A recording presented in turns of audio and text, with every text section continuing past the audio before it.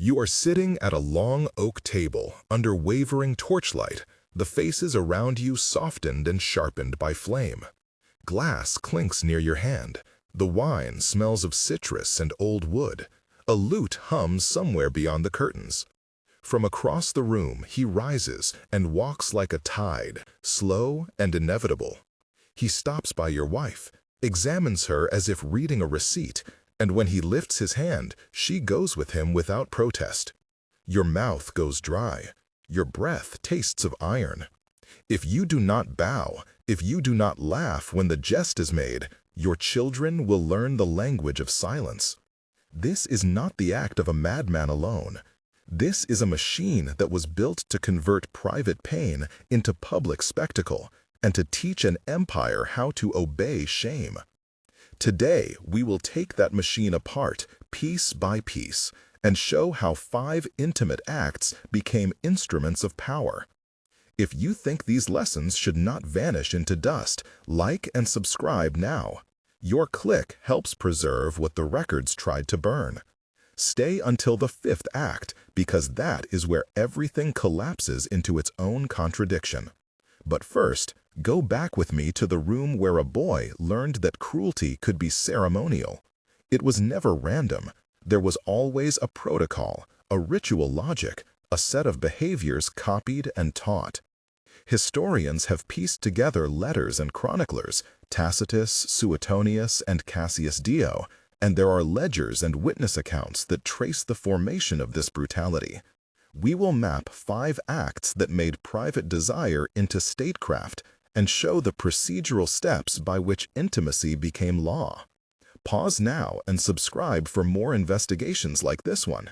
Keep watching, because the explanation will move from the private chamber to the chambers of power, and because you will be asked at the end to decide what justice means for memories that survive only in fragments.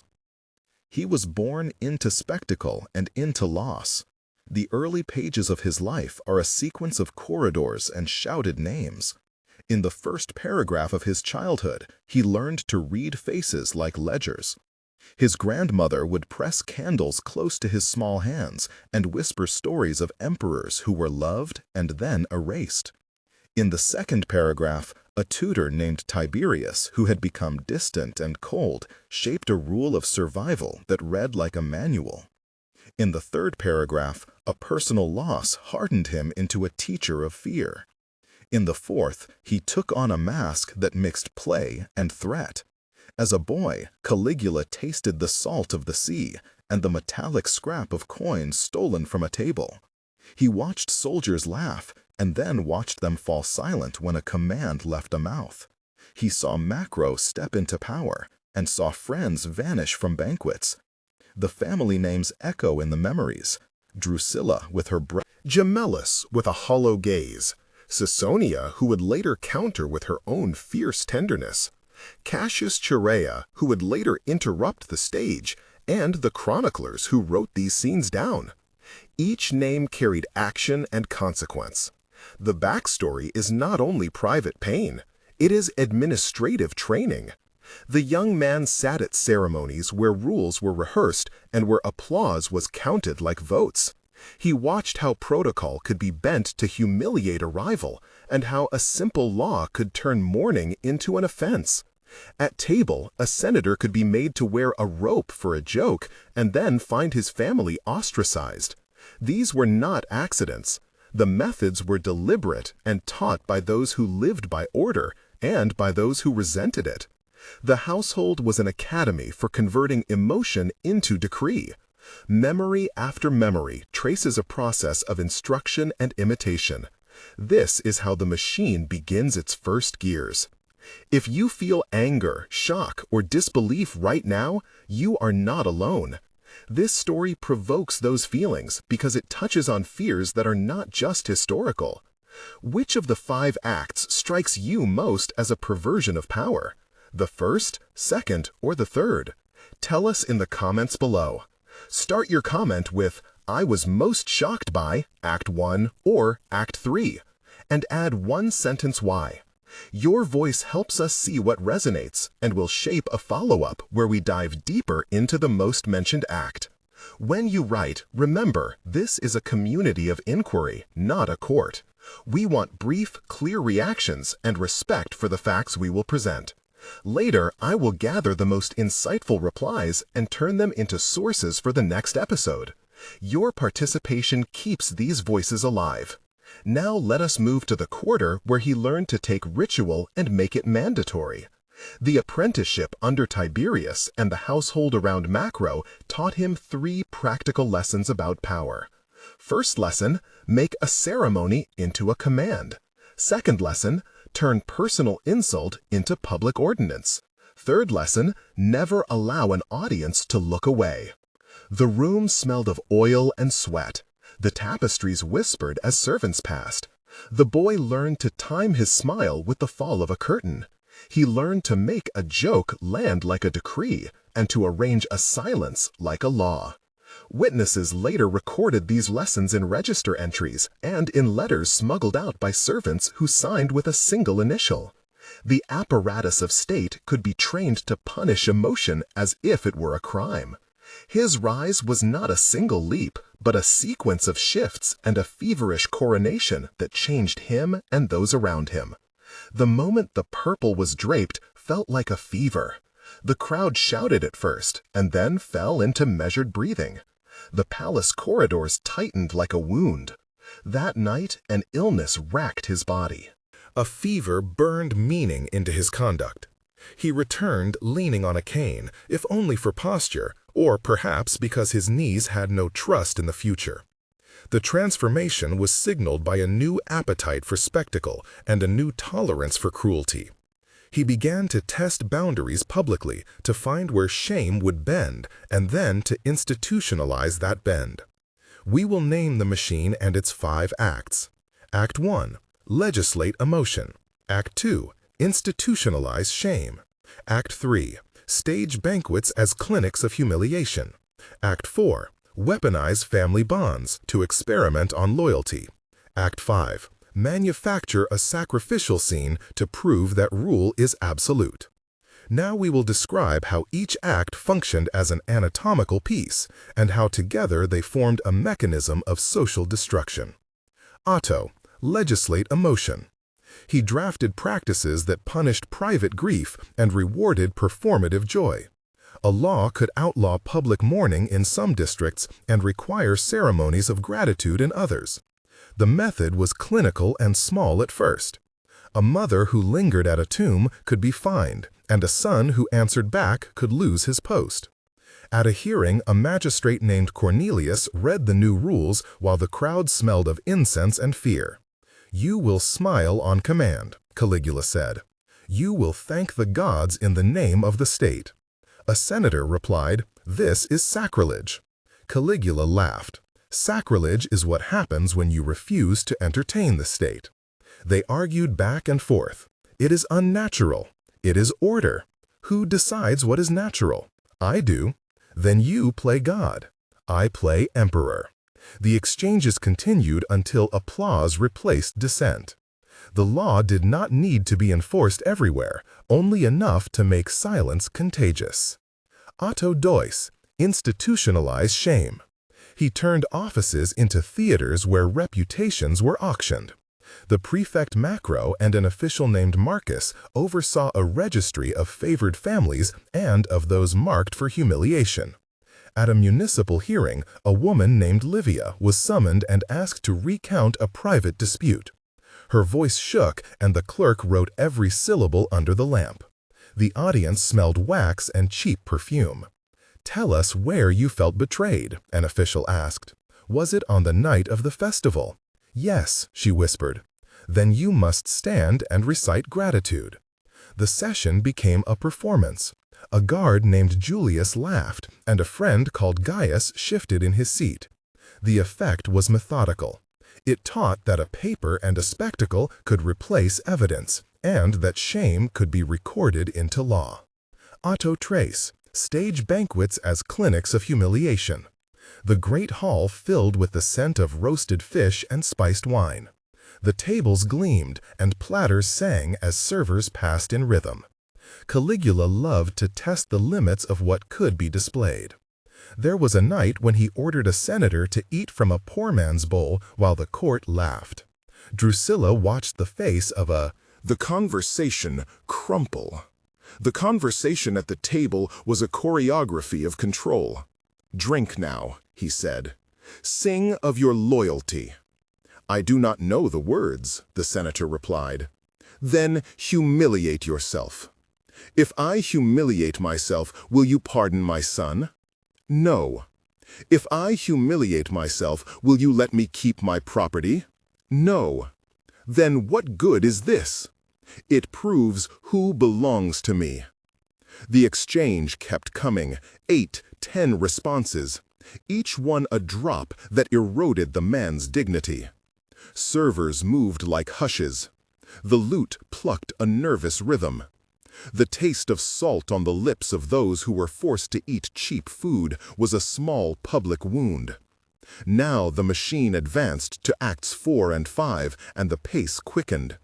Act 4, weaponize family bonds and experiment on loyalty. He ordered a father to watch his daughter perform a vow of fealty, and then accused the father of being indifferent when he did not cheer loud enough. A witness named Flavius wrote later that the test was designed to map thresholds of obedience. The father's memory of a seaside picnic returned in a flash, the smell of brine and the warmth of sunlight on a child's hair.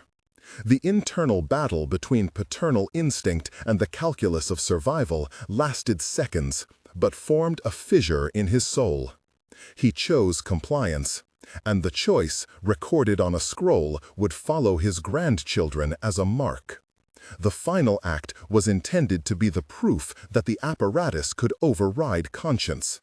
Act 5, manufacture a sacrificial scene to prove rule is absolute. A young man known as Gemellus was summoned under pretext and placed at the center of a staged trial. The crowd watched as protocols were read. The air tasted metallic in the throat. A dialogue unfolded with rapid exchanges that escalated into violence. "You accuse me?" Gemellus said. "I accuse you of treason." "For what?" "For smiling at the wrong time." "That is absurd." "Nothing is absurd when loyalty is currency." "You cannot execute on a laugh."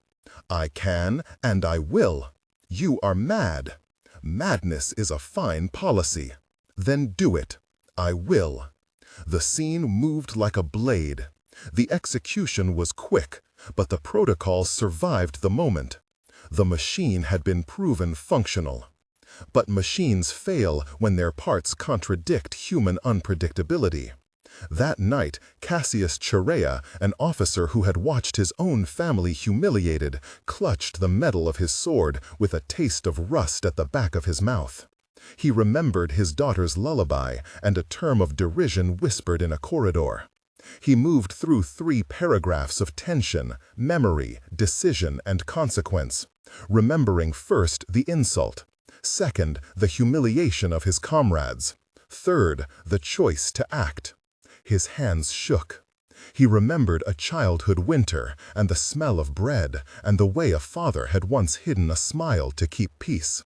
He decided to stop the machine. He walked into a gallery, and the scene became violent and brief. The assassination was both the end of a man and the interruption of a ritual. After the violent collapse, there was paperwork and fury. The Senate met, and the record offices filled with firelight and accusations. The apparatus of state reassembled its parts and tried to hide the evidence. Some ledgers were burnt, some witnesses recanted. Others, like Suetonius and Tacitus, kept notes, and their pages survived as shards. The immediate consequence was confusion and a scramble for power. Caesonia attempted to protect the family, while senators like Cornelius sought to reclaim authority. Macro attempted to reposition himself, but history closed around him. Cassius Chaerea was praised by some and reviled by others. The legacy of the machine did not die with its maker. 1 month later, the city smelled of recovery and continuing fear. Officials like Marcus and Julius tried to restore normal routines. The registry of shame had been nominally dissolved, but the lists had been copied and whispered about in taverns. The markets reopened, and mothers still hesitated at tombs because a memory of a fine had survived as rumor. Public ceremonies resumed, but people altered their gestures slightly, as if learning a new language of restraint. Some families returned to private grief, guarded by new caution. There were trials of a few participants, but the tools of humiliation had already left the palace into the hands of lesser functionaries who found them useful for local disputes. Journalists and chroniclers recorded testimonies, and a small circle of scholars began to assemble those notes into a pattern. The 1 month mark showed that apparatuses do not vanish with a death. They migrate. 3 months later, the echoes had hardened into institutions. The principle that emotion could be regulated by ordinance had been tested in small municipal codes. A clerk in a provincial town used a model of ceremonial punishment against a rival merchant, and the method spread through replicated forms. The original files had gaps, but copies existed in private hands. The names of those who had complied were now social currency, and many sought distance from the former emperor, while some younger officials imitated his spectacles because spectacle had proven effective in obtaining obedience. The city had altered rituals at marriages, funerals, and festivals. There was study, and there was also mimicry. 6 months out, the legacy had bifurcated into memory and adaptation. The most public trials had ended, but the culture had incorporated certain techniques as management tools. Families like Drusilla's retained honor in private, and some like Gemellus's survivors disappeared from public roles. Some district magistrates continued to use performative punishments under new legal pretexts, and a subtle new code governed emotional expression in civic life. Scholars compiled dossiers, and the archives held both scorched margins and intact reports. The question remained open: did the death of one operator end the machine, or did it only seed a new generation of operators? The answer depended on whether institutions recognized the danger and reformed, or whether they continued to prize spectacle over empathy. In the end, the table where you first sat still exists in memory and in metaphor. The same candle flame trembles, and the silence that once bought safety for a family still echoes in corridors of power. The lesson we must take away is not that one man was monstrous, but that power can be engineered into an apparatus that weaponizes intimacy. The apparatus can be dismantled, but only if documentary memory is preserved and if citizens refuse to allow ritual humiliation to masquerade as law. If you value careful investigations like this one, subscribe and share so these voices are not erased. Scholars, journalists, and witnesses rely on public attention to keep records alive. A machine may die with its maker, but its pieces live on, waiting for a new operator. Who among us will hold the registry and decide that shame will no longer be used as currency? What will you do when a ceremony asks you to abandon the dead and applaud the living? The choice remains open.